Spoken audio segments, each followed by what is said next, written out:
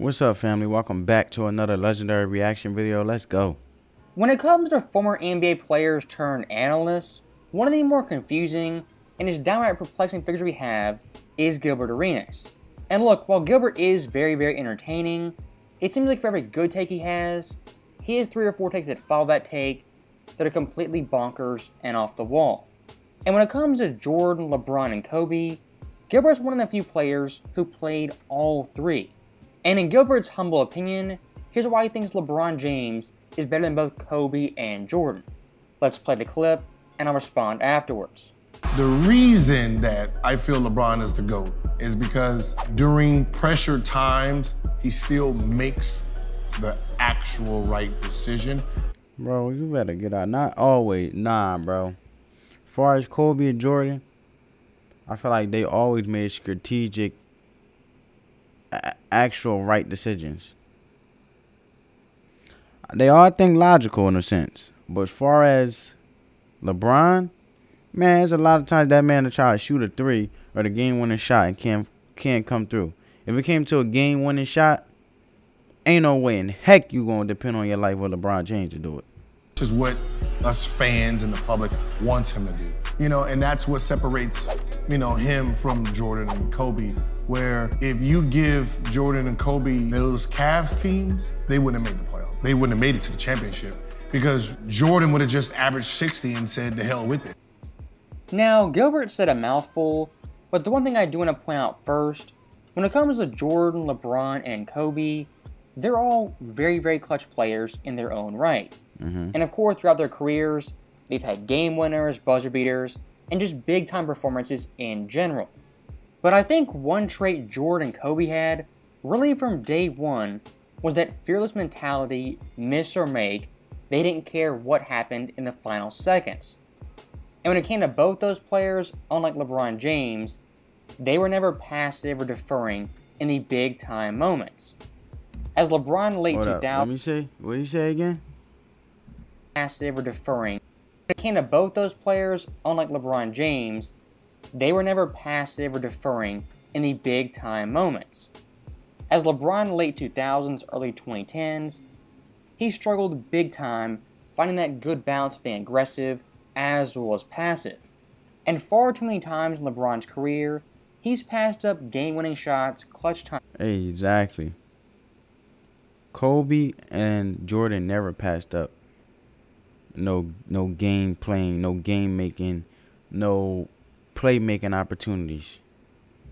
Shots in favor of teammates who aren't even open. And if you want to talk late game-winning shots, look at the final 24 seconds in the playoffs on game-time go-ahead shots in the fourth quarter overtime. Looking at these stats, Michael Jordan shot 9 of 18, exactly 50%. LeBron James, 11 of 30, 37%, and Kobe, 7 of 28 at 25%. So when it comes to the clutch time play, who do you trust more? I think it's pretty clear Jordan as a late game shooter was better than LeBron James as well as Kobe. And the overall notion Michael Jordan, he didn't make the right plays in the clutch, passing the basketball, and was just chucking up shots, it's simply not true. Look at the 97 finals. With Steve Kerr, they played that beautifully and strategically playing that. Pass to Steve Kerr for the game-winning shot. 1991, in Game 5 versus the Lakers, was passing to John Paxson repeatedly in the clutch time fourth quarter moments. True. There's also numerous other games where Jordan passed up a good shot for a great shot that a teammate took and most likely made. And that's why for MJ's career, he shot an astounding 50% on clutch time game winners.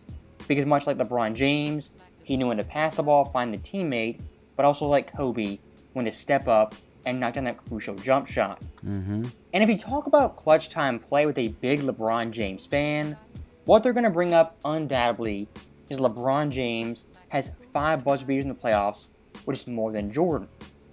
And look, that's a fair point, it's a very impressive stat, but it's kind of niche. What I compare it to is like triple doubles. For example, let's say one player scores 55 points, has 7 assists, and 8 boards. but the other guy has 20 points, 12 assists, and 10 rebounds. Who had the actual better game? Was it player A, who didn't have a triple-double, or player B, who did?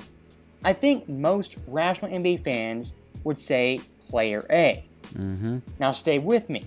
When it comes to buzzer beaters, much like triple-doubles, that kind of moniker, that label, is also overrated. For example, Jordan 98 in the finals hit a shot of a Russell to basically clinch a championship. That's one great shot. Another great shot is LeBron James in 2018, hitting the buzzer beater over OG Anunoby. Which of those shots is greater, the more impressive clutch shot? Jordan, man, he broke his ankles, bro. LeBron was just looking like a ballerina to make that shot. One was in the finals in Game 6, down by 1 point, and the other was in a tie game of the second round. I think most fans would acknowledge Michael Jordan's shot was more clutch than LeBron's. Yeah. But when it comes to the buzzer beater label, LeBron's shot actually would be considered more impressive. That's why things like double-double what? shot actually would be. But when it comes to the buzzer beater label, LeBron's shot actually would be considered more impressive. That's why things like double-doubles, triple-doubles, buzzer beaters, stats like those that are very, very specific, very niche, they're again overrated and kind of misleading. And speaking of big-time shots, when it comes to Michael Jordan's career, what were the two biggest shots of his career? Of course, the shot of a Russell, but also over Elo versus the Cavaliers. For Kobe, it was the putback in 2000 versus the Pacers, and the shot versus the Suns in 2006. For LeBron James, the two biggest shots of his career were made by other teammates. That being Ray Allen in 2013, down 3-2, face elimination. Ray Allen is a sniper when it comes to threes. And of course, Kyrie in 2016 in a Game 7, hitting a big-time three where the teams hadn't scored in over 4 minutes. Now, looking at Gilbert's second point as to why both Jordan and Kobe, quote-unquote, don't measure up to LeBron James, he brought up the 2007 Cavs and LeBron taking that team to the NBA Finals. And what he said, really quote for quote, is that Jordan and Kobe couldn't get that team even to the playoffs. Of course, it's a hypothetical argument, hypothetical debate, but based off what actually happened in their careers, I think both Kobe and MJ, they could have done at least that. As looking at the 2006 Lakers, that year Kobe, he carried a team like few players could, averaging 35.4 points, by far the most in the NBA and the most on his team. As for his supporting cast, he had Lamar Odom, he's only halfway decent player, Smush Parker, Chris... Yeah, Lamar Odom's like a 50-50, you never know. Brian Cook, and Kwame Brown. That roster right there, that supporting cast, is a far cry from the Showtime Lakers, the Shaq and Kobe Lakers. And despite that team not being even average in terms of talent, they still won 45 games in a very competitive West. And to refresh your guys' memory in 2006, this Western Conference debatably was the best in NBA history, as you had 8 teams above 500, 5 teams above 45 wins, 3 teams that won 50-plus games, and 2 teams that cracked 60. If you compare Kobe's West in 2006 to LeBron's East in 2007, it's simply pathetic. As LeBron...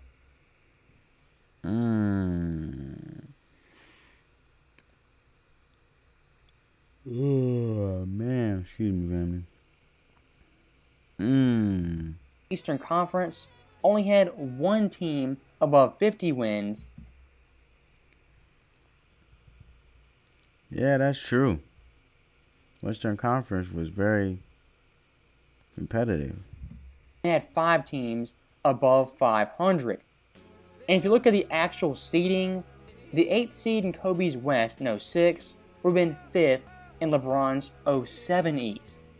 And saying Kobe with the 2007 Cavs couldn't at least go 40-42, get the 8th seed, I guess you can say that. I highly disagree, because based off 2006 Kobe, could 100% carry a team and get them a top 5 seed. Now, looking at Michael Jordan, The notion he couldn't make the playoffs with the 07 Cavaliers is even more ludicrous than That's saying ridiculous. Kobe couldn't. Michael Jordan probably could carry them better than LeBron could. The Cavs. I'm sorry. In Jordan's career, he had numerous years carrying bad teams to good records and deep playoff runs. Look at 1988. That Bulls team won 50 games, were third in the East, with a mediocre supporting cast. You had Sam Vincent, a journeyman point guard, Charles Oakley, a halfway decent player, Horace Grant, Scottie Pippen, were both rookies, and Dave Corzine.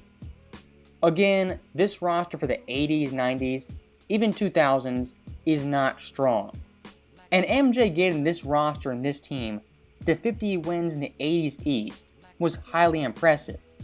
As en route to doing that, he won MVP, Defensive Player of the Year, the scoring title, was first team all defense, the steals leader, played all 82 games, and in the playoffs averaged 36 points per game. Again, this overall debate is a hypothetical, but looking at 88 Jordan, how great he was, I believe Gilbert Arenas' statement is just ridiculous, bro. I feel like he's just talking this to lead to controversy because, yeah, we could talk about buzzer beaters and all of that, but as far as the triple-double game and the big enough impact, let alone the weakness of a roster Kobe and Jordan had and made something out of nothing. And a lot of people would say LeBron made the Cavs, he didn't really have nobody. He made the Cavs something, brought a championship or whatever. But he eventually had it was a big three. You get what I'm saying? Like, I don't think LeBron could have brought the Cavs as far without the big three. That's just my take on it. Actually was, I would say at the bare minimum, he gets that Cavs team into the playoffs. And to back that point up even more, look at 1989. Michael Jordan in the playoffs, with a very similar supporting cast, was a walking 35 points, 8 assists and 7 boards, with 2 steals in the playoffs. And his team, once again, was full of role players, no all-stars, all defensive players, or all-NBA teammates. Michael Jordan with that roster made the Eastern Conference Finals. And why it's so impressive, it was Jordan's East, unlike LeBron James, was actually competitive. Exactly. As in the Eastern Conference. Like, it was to the point where every little thing wasn't a foul. And the way LeBron plays at times, he plays on that foul making or that foul drawing or drawing a foul performance. You know what I'm saying? Back then, it was grown men basketball. He played Detroit, who won 60-plus games, the Cavaliers won 57, and the Knicks, who cracked 50. Look at LeBron's East competition. The Pistons, who won 53 games, didn't have Ben Wallace, Larry Brown, the 41-41 Nets, and the 41-41 Wizards, who were down Gilbert, as was Caron Butler. So that right there is the end of the video, the end of my rant. Once again, Gilbert is highly entertaining, but some of his takes are just off the wall and downright bizarre. As always, thank you guys for watching. Hope you enjoyed it. I'll see you next time. I feel like it's just an unlogical. Sorry, family. I feel like it's an unlogical, hypothetical statement, bro. But I hope you guys enjoyed this video. Give this video a big thumbs up, and on that note, family, peace.